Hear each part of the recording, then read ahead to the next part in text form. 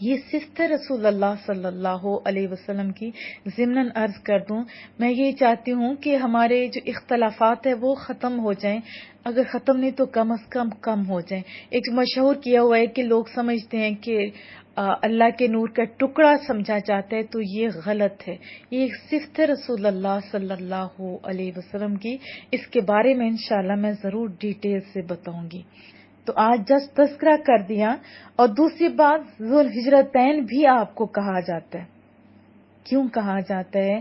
کہ آپ نے 2 ہجرتیں کی، ایک حبشہ کی جانب اور دوسری مدینہ طیبہ کی طرف کی تھی. آپ کو یہ بھی اعزاز ہے. آپ دیکھیے کہ پہلے حضرت ابراہیم علیہ السلام نے اپنی بیوی کے ساتھ ہجرت کی تھی، اور اب یہ کن کے حصے میں آ رہی ہے اس طرح ہجرت؟ حضرت عثمان غنی کے حصے میں. بہرحال آپ السابقون الاولون میں سے تھے. وہ کون سے لوگ ہوتے ہیں جو شروع میں دائرہ اسلام میں آ چکے؟ ذرا امیجن تو کیجئے، جب کفر کا غلبہ تھا، اللہ اکبر کہنا ہو تو ذرا پوچھو تو صحیح کن سے؟ حضرت بلال سے اور اس دور کی ہستیوں سے پوچھو تو صحیح. آج کعبۃ اللہ میں، مدینہ تو رسول میں اللہ اکبر کہنا، نماز پڑھنا بڑا آسان ہے، لیکن اس وقت کہنے والوں کو کہاں سلایا جاتا تھا؟ گرم ریتوں کے اوپر، کوئلوں کے اوپر جسم سے چمڑیاں ادھڑنی پڑتی تھی. تو کبھی آپ ان کی حیات بھی پڑھیں نا کہ ان کو بھی کس طرح آزمائشوں کا سامنا کرنا پڑا، تو آپ کو پھر اور پیار آئے گا. تو اسی لیے جو پہلے اسلام لائے تھے نا، ان کی شان بھی تو قرآن کریم میں بہت زیادہ بیان کی گئی ہے. اور قرآن کریم جب سامنے آتا ہے تو کبھی آپ نے سوچا کہ یہ کس کا احسان ہے؟ کس کا احسان ہے؟ سورۃ الفاتحہ سے لے کے ناس تک کس نے یہ سارا ایک کتابی شکل میں دیا ہمیں؟ وہ حضرت عثمان غنی تھے. آج ہمیں یہ بات بھی بچوں کو بتانا ہوگی. یہ لمحہ فکریہ ہے کہ قرآن کریم تو ہاتھ میں آ جائے اور پتہ بھی نہ چلے کہ یہ کس کے وسیلے سے ہمارے تک پہنچا. بتایا کرو رسول اللہ صلی اللہ علیہ وسلم کی حیات طیبہ بھی، رسول اللہ صلی اللہ علیہ وسلم کی یاروں کی بھی باتیں اپنے بچوں کو بتایا کرو. خلیفہ کا مطلب جانتے ہیں نا آپ لوگ؟ امام کو کہا جاتا ہے. تو مسلمانوں کے پہلے امام دوسرے کون کون سے تھے؟ یہ سکھایا کرو آپ لوگ اپنے بچوں کو. حضرات صحابہ کی اگر آپ ہسٹری پڑھیں نا، تو وہ فرماتے تھے کہ جس طرح قرآن کریم کی آیتیں سمجھائی جاتی ہیں نا بچوں کو، ہم اسی طرح صحابہ کی سیرتیں بھی سکھایا کرتے تھے. یہی والا اصول اہل بیت نے بھی اپنایا تھا. کیا آپ نے سکھایا اپنے بچوں کو؟ بتایا کرو بچوں. رسول اللہ صلی اللہ علیہ وسلم نے اپنے تمام صحابہ کے بارے میں بڑی میٹھی میٹھی بولیاں بولی. فرمایا کہ میرے تو تمام صحابہ ستاروں کی مانند ہیں. پہلے لوگ ستاروں سے ہی تو روشنیاں پکڑ کے رستے پکڑا کرتے تھے نا. تو محبوب نے کیا فرمایا؟ تمام صحابہ ستاروں کی مانند ہے. اور یہ بھی فرمایا کہ جس نے کسی ایک نے بھی میرے کسی ایک صحابی کو بھی پکڑ لیا نا، ان کی پیروی کی، تو وہ بھی فلاح پائے جائے گا. تو یہاں سے کیا سمجھ آتی ہے کہ تمام صحابہ بہت ہی اچھے، بہت ہی پیاری ہستیاں تھیں. ایک کو پکڑ کے دوسروں کو غلط نہیں کہنا، سب کو ماننا ہے. مراد کیا تھا کہ کسی ایک کو بھی آپ پکڑ لو گے تو کامیابیاں آپ کا مقدر بن جائیں گی. یہ نہ سکھانے کی تو سزا ہے کہ روز نئے نئے فتنے پیدا ہو رہے ہیں. دیکھا نہیں آپ کس انداز سے مرزائی بھی بڑھتے جا رہے ہیں؟ ہم تو رسول اللہ کے ماننے والے ہیں، ہم تو تمام صحابہ کرام کی عزت کرنے والے ہیں، تمام انبیاء کی بھی عزت کرنے والے ہیں. کبھی آپ ان کی بکس پڑھیں نا تو آپ حیران ہو جائیں گے. جن کے پاس علم نہیں ہوتا وہ تو انہی کو سب کچھ مانتے ہیں نا. جو صحیح جانتے ہوتے ہیں انہیں پتہ ہے کہ یہاں کتنی خرابیاں پیدا ہو چکی ہوئی ہیں. اور آپ دیکھیے گا کہ کبھی ان لوگوں نے انگلش میں ٹرانسلیشن نہیں کی. کیوں؟ کیونکہ وہ کینیڈا میں، یو کے میں رہتے ہیں نا. انہیں پتہ ہے کہ اگر ہم نے ٹرانسلیشن کی تو وہ لوگ فوراً اس کو پڑھ لیں گے، اور اس کے اندر حضرت عیسیٰ علیہ السلام کے بارے میں کچھ زیادہ اچھا نہیں لکھا ہوا. تو میرا بتانے کا مقصد کیا تھا کہ ہم لوگ اپنے بچوں کی تربیت نہیں کرتے، اس لیے تو روز کوئی نہ کوئی اٹھا ہوا ہوتا ہے، تو لوگوں کو روز کوئی نہ کوئی گمراہ کر رہا ہوتا ہے. اپنے بچوں کی طرف ضرور دھیان دیجیے. حضرت ابو سعید خدری رضی اللہ تعالیٰ عنہ فرماتے ہیں کہ جب ایک غزوہ پر رسول اللہ صلی اللہ علیہ وسلم نے اعلان فرمایا نا، ہے کوئی جو اللہ کی راہ میں خرچ کرے. ہر ایک کا جذبہ بڑا پیارا تھا، لیکن سب سے پیارا جذبہ، کیونکہ بات حضرت عثمان غنی کی ہو رہی ہے، تینی کی سناتی ہوں. فوراً اٹھ کے عرض کی، محبوبہ میں 300 اونٹ اللہ کی راہ میں دیتا ہوں، میں آپ کو دیتا ہوں. تو رسول اللہ صلی اللہ علیہ وسلم نے ہاتھ بلند کر کے دعا کی، مولا کریمہ میرے عثمان پر رحم فرما اور مزید برکتیں عطا فرما. دوبارہ اعلان کیا تو فوراً اٹھ کھڑے ہوئے. اب 300 اونٹ تھوڑے نہیں تھے، اس وقت جو اونٹ کی قیمت تھی آج کے جہاز کی قیمت کے برابر تھے، اتنی زیادہ قیمت کے تھے. تو دوبارہ اٹھ کھڑے ہوئے، عرض کی محبوبہ 300 اونٹ اور دیتا ہوں. تو کتنے ہو گئے؟ 600. پھر اسی طرح آقا کریم نے، رسول اللہ صلی اللہ علیہ وسلم نے دعا دی. تیسری دفعہ اعلان فرمایا نا کہ اللہ کی راہ میں ہے کوئی دینے والا دے، کیونکہ جہاد کے لیے یا کسی بھی کام کے لیے آپ کو پتہ ہے پیسے کی ہر چیز کی ضرورت ہوتی ہے. تو تیسری دفعہ پھر اٹھ کے عرض کی کہ میں رسول اللہ صلی اللہ علیہ وسلم میں 350 اونٹ اور دیتا ہوں. کتنے ہو گئے؟ 950. اور پھر ساتھ عرض کی میں 50 گھوڑے بھی دیتا ہوں. تو ٹوٹل کتنے دیے؟ 1000. آپ کے پاس بھی اس ٹائم ہے، کیا آپ کو اگر جب میں کہوں یا اللہ کے لیے کوئی کہے آپ ایسے اٹھ کے دے سکتے ہیں؟ ذرا سوچیے ان کا. اور پھر دیکھیے وہ کیسے پیارے لوگ تھے. حضرت سید خدری وہ فرماتے ہیں کہ لوگوں میں نے خود دیکھا ہے کہ رسول اللہ صلی اللہ علیہ وسلم آدھی رات سے صبح گئے تک ہاتھ اٹھا کے کیا دعا مانگ رہے تھے، مولا کریمہ تو میرے عثمان سے راضی ہو جا، میں بھی راضی ہوں، تو بھی راضی ہو جا. اور پھر کیا فرمایا؟ لوگوں سنو، لوگوں سنو. اور حضرت عثمان غنی کو بھی بتایا کہ عثمان تجھے اللہ نے بخش دیا ہے، جو تمہارے پہلے بھی گناہ تھے، جو بعد میں بھی کرو گے، جو اعلانیہ جو چھپے جو بھی کرو گے، حالانکہ وہ تو بڑے محتاط لوگ تھے نا. تو فرمایا کہ تم تو ہمیشہ کے لیے بخش دیے گئے ہو. حضرت عثمان غنی 140 احادیث کے راوی بھی تھے. حیا کا یہ عالم تھا. حضرت علی مرتضیٰ رضی اللہ تعالیٰ عنہ فرماتے ہیں کہ ہم سارے بیٹھے ہوئے تھے، محبوب کریم صلی اللہ علیہ وسلم سب سے باتیں فرما رہے تھے. سب آئے، سب بیٹھتے رہے، لیکن جب حضرت عثمان غنی آئے نا تو پنڈلی کے اوپر جو تھوڑا سا کپڑا سرکا ہوتا اس کو بھی سیدھا کر دیا. جب پوچھا گیا کہ یا رسول اللہ آپ نے ایسے کیوں کیا، تو آپ نے بتایا آپ کو پتہ ہے کہ اللہ کے نوری فرشتے بھی میرے عثمان سے حیا کرتے ہیں. بتاؤں میری امت میں سب سے زیادہ حیا والا کون ہے؟ پوچھا کیا کون؟ فرمایا وہ میرے عثمان ہے. اور حضرت عثمان غنی کی حیا کا یہ عالم تھا کہ تنہائیوں میں بھی کپڑے جب ہوتے تھے نا، چینج کرنے کا ٹائم آتا تھا تو سب سے اندر والی جگہ پہ جا کے چینج کیا کرتے تھے، بلکہ یہ کہیں کہ 7ویں کوٹھڑی میں جا کے کپڑے تبدیل کرتے تھے. اور جب نہانے کی باری آتی تھی تو کبھی برہنہ ہو کے نہیں نہائے تھے. کیسے نہاتے تھے؟ اپنے ستر کو ڈھانپ کے نہاتے تھے. وہ اتنی پیاری یہ ہستی تھی اور اتنے خوبصورت تھے. مکہ اور مدینہ کی مائیں لوریاں دیا کرتی تھی اپنے بچوں کو حضرت عثمان غنی کے نام سے، کیونکہ حسن و جمال بھی تو بہت زیادہ تھا نا. اس لیے تو رسول اللہ صلی اللہ علیہ وسلم نے فرمایا، اپنی بیٹیوں کو فرمایا یہ تمہارے جد امجد حضرت ابراہیم علیہ السلام کے ہم شکل ہیں اور تمہارے باپ کے بھی ہم شکل ہیں. اتنے پیارے تھے اور پھر اتنے غنی تھے، سخی تھے اور بہت ہی حیا والے، بہت ہی علم والے، بہت ہی پیارے. جب کوئی پیارا ہوتا ہے تو اسی طرح کی تو لوریاں دی جاتی ہیں نا، اسی طرح کی تو بچوں کے اندر حیا ابھاری جاتی ہے. کیا آپ نے بھی اپنے بچوں کی ایسی تربیت کرنے کی کوشش کی؟ کیا آپ نے بھی لوریاں دی؟ رسول اللہ صلی اللہ علیہ وسلم کے بارے میں کریم رب نے کیا فرمایا؟ میرے محبوب تو سوائے وہی کے کچھ بولتے ہی نہیں، گویا آپ کی بولی تو وہی ہوتی ہے نا.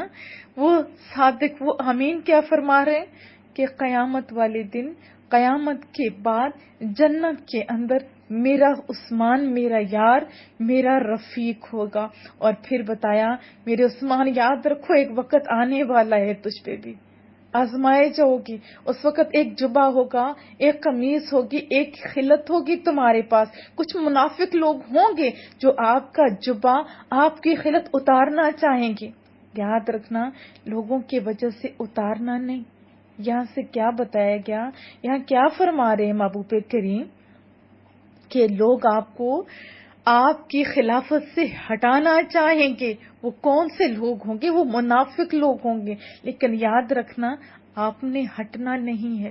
اس میں شہادت کی خبر بھی ہے، اس میں شہادت کی خبر بھی ہے. اور آپ سب جانتے ہیں کہ حضرت عثمان غنی 40 دن تک کمرے میں بند رہے. کھانا پینا سب کچھ بند کر دیا گیا تھا. اور آپ اتنی ہمت، اتنے حوصلے والے انسان تھے. چند لوگ تھے جنہوں نے محاصرہ کیا ہوا تھا. پوری حکومت آپ کی تھی. سارے آ کے بار بار کہتے تھے اجازت تو دیجئے ہم ساروں کو ختم کر دیں، لیکن آپ نہیں اجازت دے رہے تھے، بلکہ کتنے میٹھے انداز میں لوگوں کو سمجھا رہے تھے. لوگوں میں وہ عثمان ہوں جب پانی کی ضرورت پیش آئی میں نے خرید کے لوگوں کو دیا تھا. لوگوں میں وہ ہوں جو رسول اللہ کی پکار پہ اتنا زیادہ اللہ کی راہ میں قربان کیا تھا. لوگوں میں آپ کے محبوب نبی کا داماد ہوں. میں ایک بیٹی کے نہیں، میں 2 بیٹیوں کا شوہر ہوں. بہرحال رسول اللہ نے یہ بھی بتایا ہوا تھا صلی اللہ علیہ وسلم، لوگوں جب میرا عثمان شہید ہوگا نا تو فرشتے اس کے جنازہ پڑھنے کے لیے آئیں گے. رسول اللہ صلی اللہ علیہ وسلم نے بھی فرمایا تھا کہ فتنوں کا دور ایسے آئے گا. حضرت عثمان غنی نے بھی فرمایا لوگوں اگر مجھے شہید کر دیے گا تو دیکھو فتنوں کا دروازہ کبھی بند نہیں ہوگا. اور آپ دیکھتے ہیں کہ ابھی کتنے فتنے روز سر اٹھا رہے ہیں، روز فتنہ. رسول اللہ کی امت کے اندر کس انداز سے فتنے پیدا ہو رہے ہیں. بہرحال حضرت عثمان غنی کے پہرے داروں میں آپ کو پتہ ہے کون کون لوگ تھے؟ عشرہ مبشرہ کے جتنے لوگ تھے نا ان کے بچے بھی شامل تھے، جن میں حضرت عبداللہ بن زبیر بھی شامل تھے. حضرت علی مرتضیٰ کے بچے حضرت امام حسن و حسین بھی شامل تھے. یہ سارے بار بار پوچھنے جاتے تھے اجازت ہو تو ہم ان لوگوں کو ختم کرتے. لیکن حضرت عثمان غنی نے جان تو دے دی لیکن مدینہ طیبہ کے اندر کسی کا خون نہیں بہایا. آپ نے اس حالت کے اندر بھی تلاوت قرآن کریم نہیں چھوڑی.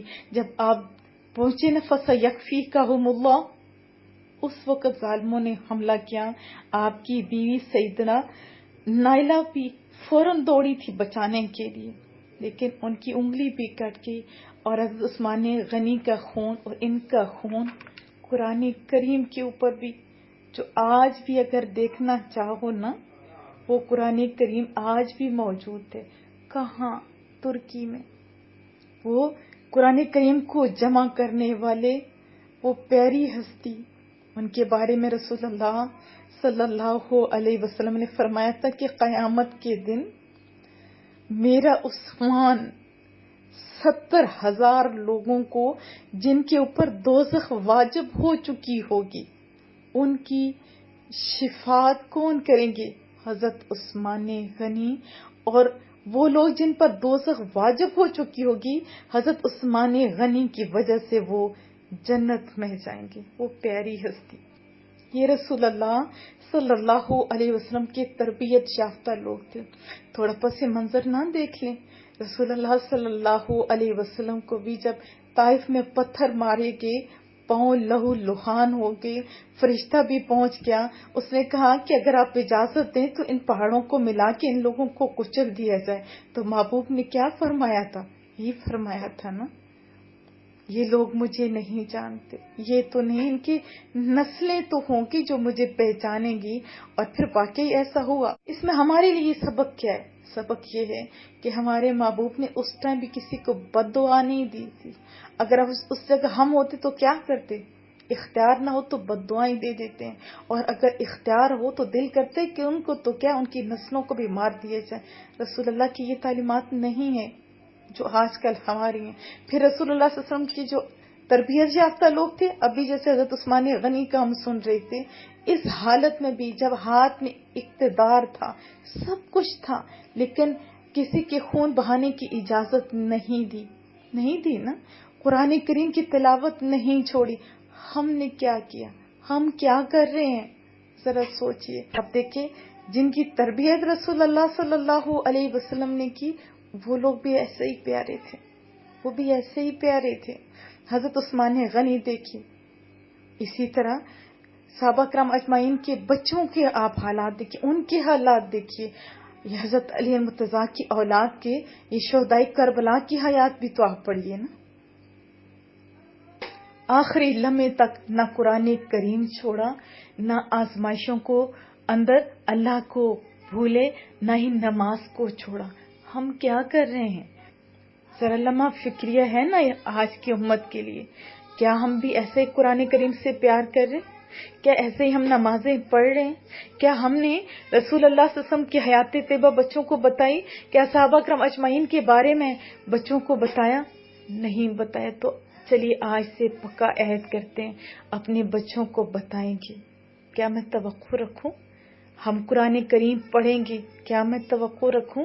ہم ترجمہ تفسیر خود بھی اور دوسروں کو سنوائیں گے. کیا میں توقع رکھوں؟ جب اللہ کے لیے ہمیں ضرورت پڑے گی قربانیوں کی، جان کی، مال کی، کسی بھی چیز کی، تو ہم پیچھے نہیں ہٹیں گے. کیا میں توقع رکھوں؟ کریم رب سے دعا ہے مولا کریمہ ہمارے دلوں میں اپنی رسول اللہ صلی اللہ علیہ وسلم کی اور صحابہ کرام اجمعین کی اور پیارے لوگوں کی محبت ڈال دے. ہمیں ایک دوسرے سے محبت کرنے والا، نفرتوں کو مٹانے والا بنا دے. دعاؤں کی درخواست رہے گی. آپ سب کو کریم رب بہت ساری کامیابیاں دے، اور ہمارے تمام جو معاونین ہیں جو کام کرتے ہیں واٹس ایپ پہ، فیس بک پہ یا ہمارے اداروں میں، اللہ پاک سب کو دن دگنی رات چگنی ترقیاں بھی دے، کامیابیاں بھی دے. السلام علیکم ورحمۃ اللہ وبرکاتہ. ماہ ذی الحجہ کا دوسرا عشرہ. اس عشرے میں 17 ذی الحجہ کو حضرت سیدنا عثمان غنی ذو النورین کی شہادت ہوئی تھی. 35ویں ہجری تھی، اور محبوب کریم صلی اللہ علیہ وسلم